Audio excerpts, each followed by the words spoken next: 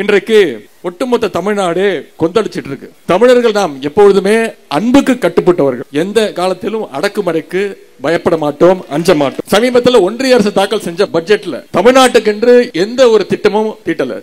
சொல்ல போனா ₹1 கூட காசு ஒதுக்கல. இன்னும் சொல்ல போனா தமிழ்நாடு பெயர் கூட, நம்முடைய மாநிலத்தை பெயரை கூட ஒரு முறை கூட உச்சரிக்கப்படவில்லை, பட்ஜெட் உரையில இடம்பெறவில்லை. அதோட ஒருபடி மேல போய் மும்மொழி கொள்கை ஏத்துக்கிட்டாதான் நிதியை தர முடியும்னு வெளிப்படையாகவே ஒன்றிய கல்வி அமைச்சர் திரு தர்மேந்திர பிரதான் அவர்கள் மிரட்டி இருக்கிறார்.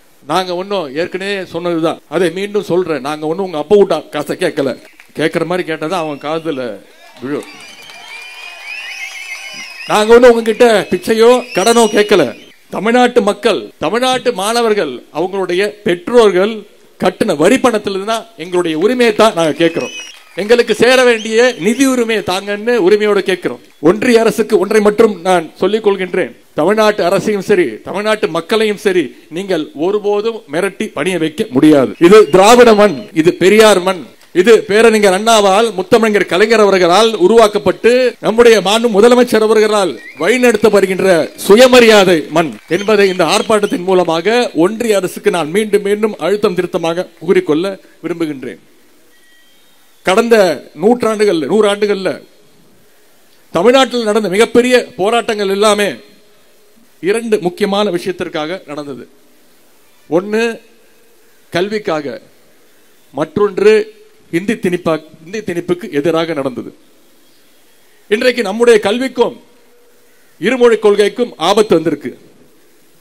ஹிந்தியை நாம ஏத்துக்கிட்டு ஆகணும்னு விடாப்பிடியா வீம்பா அவங்க சுத்திட்டு இருக்கிறாங்க. இந்திய திணிச்சு, தமிழ்நாட்டுக்குள்ள திணிச்சு, தமிழ்நாட்டுடைய வரலாற்றை, பண்பாட்டை, தனித்துவத்தை அழிக்கலாம்னு நினைக்கிறாங்க. இதன் மூலம் தமிழர்களை 2வது குடிமக்களாக மாத்தலான்னு பாசிஸ்ட் பாஜக அரசு முயற்சி செஞ்சிட்டு இருக்கு.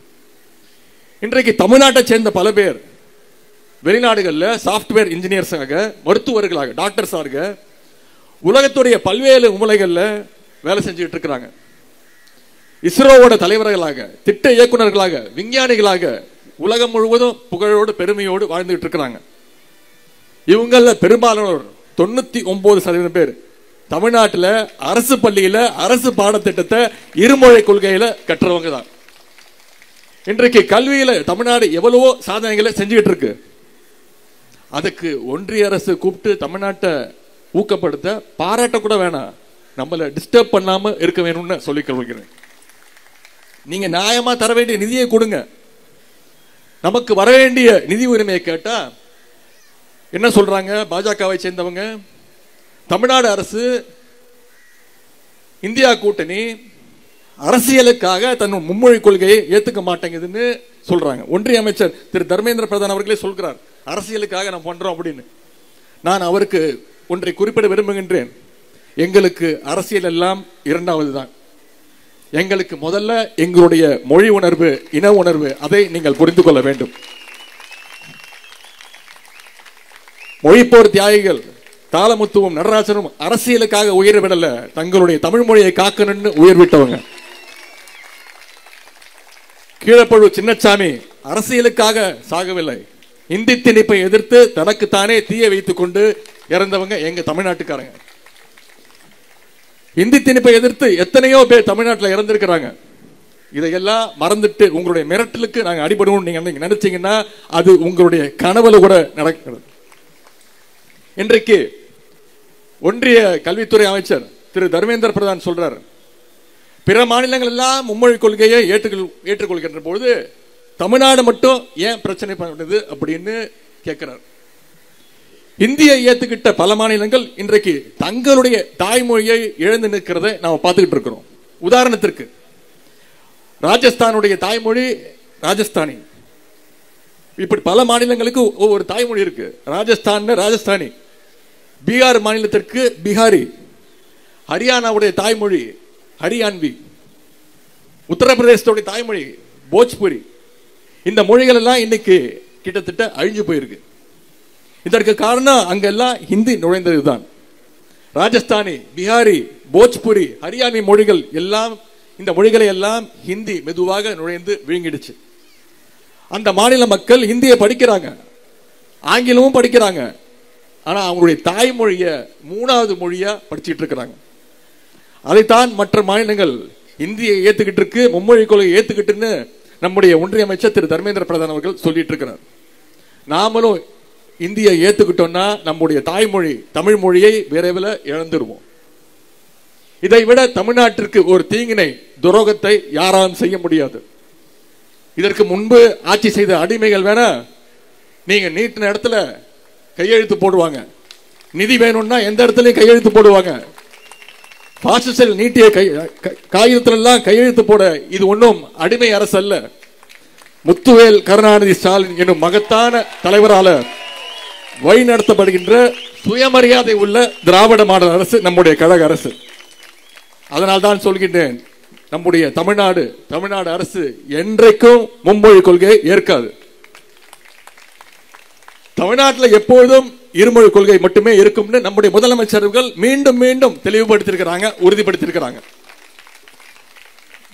ஆகவே நான் மீண்டும் சொல்கின்றேன், எங்க மேல மீண்டும் இந்தியை திணிக்காதீர்கள், முயற்சி செய்யாதீங்க. தமிழ்நாட்டுக்கு நியாயமா கொடுக்க வேண்டியதை கொடுங்கன்னு நாங்க கேட்கிறோம். நீங்க கொடுக்கறத விட்டுட்டு இப்படியே மிரட்டிட்டு இருந்தீங்கன்னா அப்புறம் தமிழர்கள் நாங்க எங்களுக்கு எப்படி எடுக்கணும் அப்படிங்கிறது தெரியும். அந்த நிலைமைக்கு எங்களை தள்ளிவிட்டுறாதீங்க என்பதை மட்டும் இங்கே நான் எச்சரிக்கையாக கூறிக்கொள்கின்றேன். நாங்கள் இந்திய அரசியல் சட்டத்தை மதிக்கின்றோம், ஜனநாயகத்தை மதிக்கின்றோம். அதனால்தான் எங்கள் உரிமைக்காக ஜனநாயக வழியில இன்றைக்கு குரல் கொடுக்கின்றோம். நம்முடைய இந்த குரல் ஒன்றிய பாசிச பாஜக அரசினுடைய காதுகளில் விழ வேண்டும். நம்முடைய உரிமைகளுக்கு அவங்க மதிப்பளிக்க வேண்டும். இல்லைன்னா தமிழ்நாடு இன்னொரு மொழி போரை சந்திக்கவும் தயங்காது. இன்னைக்கு நாம் எதிர்கொண்டிருக்கிற பிரச்சனை வெறும் இந்த அரசனுடைய பிரச்சனை கிடையாது, வெறும் திமுகவோட பிரச்சனை கிடையாது, வெறும் தனிப்பட்ட பள்ளிக்கல்வித்துறை அமைச்சருடைய பிரச்சனை கிடையாது, வெறும் இங்க வந்திருக்கக்கூடிய குரல் கொடுத்திருக்கக்கூடிய தோழமை கட்சி தலைவர்களுடைய இயக்கங்களுடைய பிரச்சனை மட்டும் கிடையாது. ஒவ்வொரு தமிழ்நாட்டு மாணவனுடைய பிரச்சனை எதிர்காலம், தமிழ் மொழி சம்பந்தப்பட்ட தமிழுடைய எதிர்காலம் பிரச்சனை.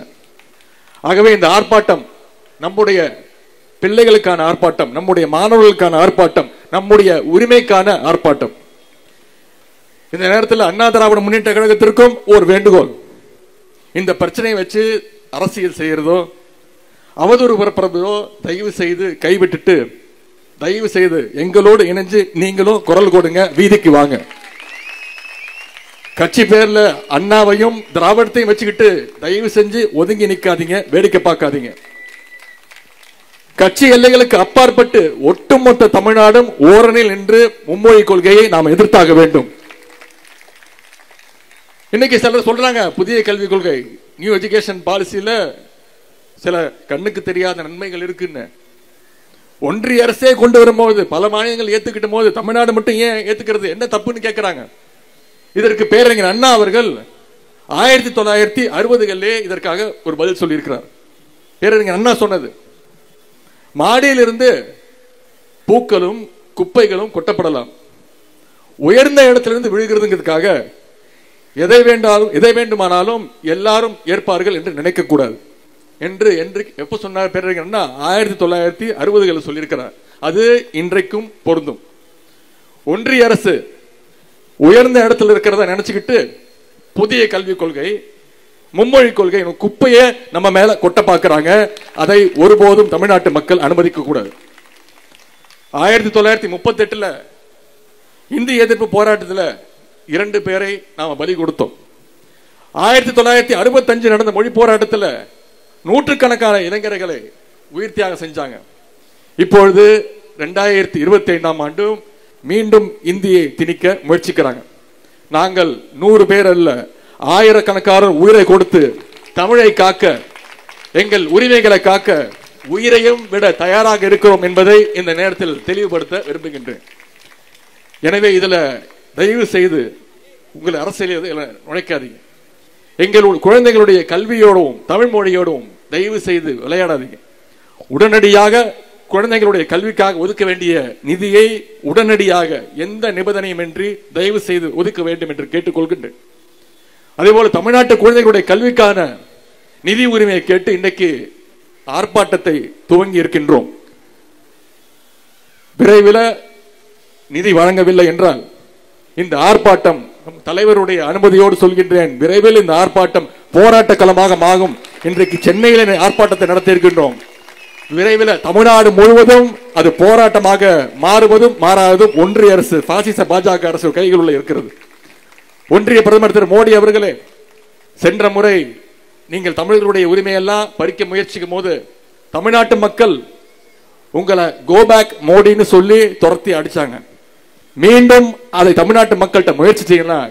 இந்த முறை கோபேக் மோடி கிடையாது, இந்த முறை கெட் அவுட் மோடி என்று சொல்லி உங்களை துரத்துவார்கள் தமிழர்கள். எனவே இந்த ஆர்ப்பாட்டம் மிகப்பெரிய வெற்றி அடைய வேண்டும். மீண்டும் ஒன்றிய அரசு கிட்ட நான் சொல்வதெல்லாம், ஆர்ப்பாட்டம் இது வெறும் துவக்கம் தான். இதோடைய முடிவு, இதோடைய தொடர்ச்சி உங்களுடைய கைகள் இருக்கிறது என்று கூறிக்கொண்டு இந்த ஆர்ப்பாட்டத்தை மிகச் சிறப்பாக ஏற்பாடு செய்த ஒன்றிய சென்னை ஒருங்கிணைந்த மாவட்ட செயலாளர்களுக்கும் கலந்து கொண்ட அனைத்து நம்முடைய இந்தியா கூட்டணியை சேர்ந்த மதச்சார்பற்ற முற்போக்கு கூட்டணியை சேர்ந்த அனைத்து இயக்கத்துடைய தலைவர்களுக்கும் மீண்டும் என்னுடைய நன்றியை தெரிவித்து, இந்த வாய்ப்பு அளித்த எனக்கு கழக தலைவர்களுக்கு முதலமைச்சர்களுக்கு நன்றி தெரிவித்து வாய்ப்புக்கு நன்றி கூறி விடைபெறுகின்றேன். நன்றி, வணக்கம்.